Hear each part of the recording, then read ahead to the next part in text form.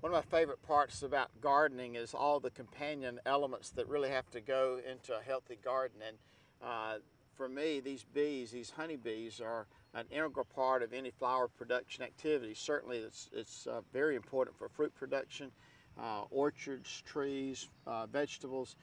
We've got to be able to pollinate the fruit. So bees are just part of that whole ecosystem that God designed together to make the whole system work. All right, so we're gonna put our headgear on here, and we're gonna go in. I'll show you. We'll actually look inside a beehive. It's a busy place inside. It's very interesting during the wintertime. There's nothing flowering, and there's no really honey to be collected or pollen to be collected, and so the mission of this hive is to protect the queen, uh, and they will gather around the queen, and they keep her at 90 degrees at all times. Even when it's 20 degrees weather outside, that queen bee is kept at 90 degrees. So they'll huddle around her, and they'll flap their wings, and they'll generate energy. That's why they have to have a lot of honey to get through that winter times, because they're generating and burning off energy in order to keep that queen protected, because she's their link to survival into the next generation. Very interesting that bees will travel as far as 3 miles away to flowering plants in order to bring them the supply of pollen that's needed as they make honey inside these hives. And somehow or another, these bees will tell each other the exact location of where they just came from, so they also can go back and forth all day long in order to collect. They do not do this during the nighttime because they're very dependent upon the sun for a sense of their direction.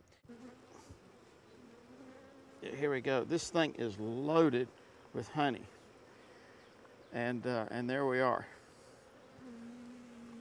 And if we were to peel back a section of this, we'd see these are all capped, and we break this open, and you can see the honey dripping down through there.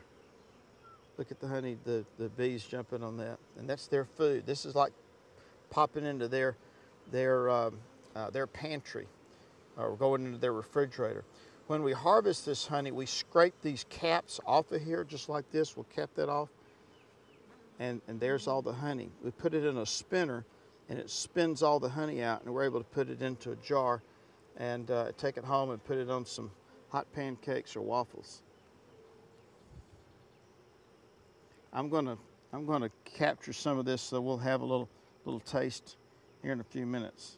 So that'll be our little taster. One of the I think very important things about nature and our garden experience that we've had today, and also studying about these bees, is the incredible design that God has built into nature itself.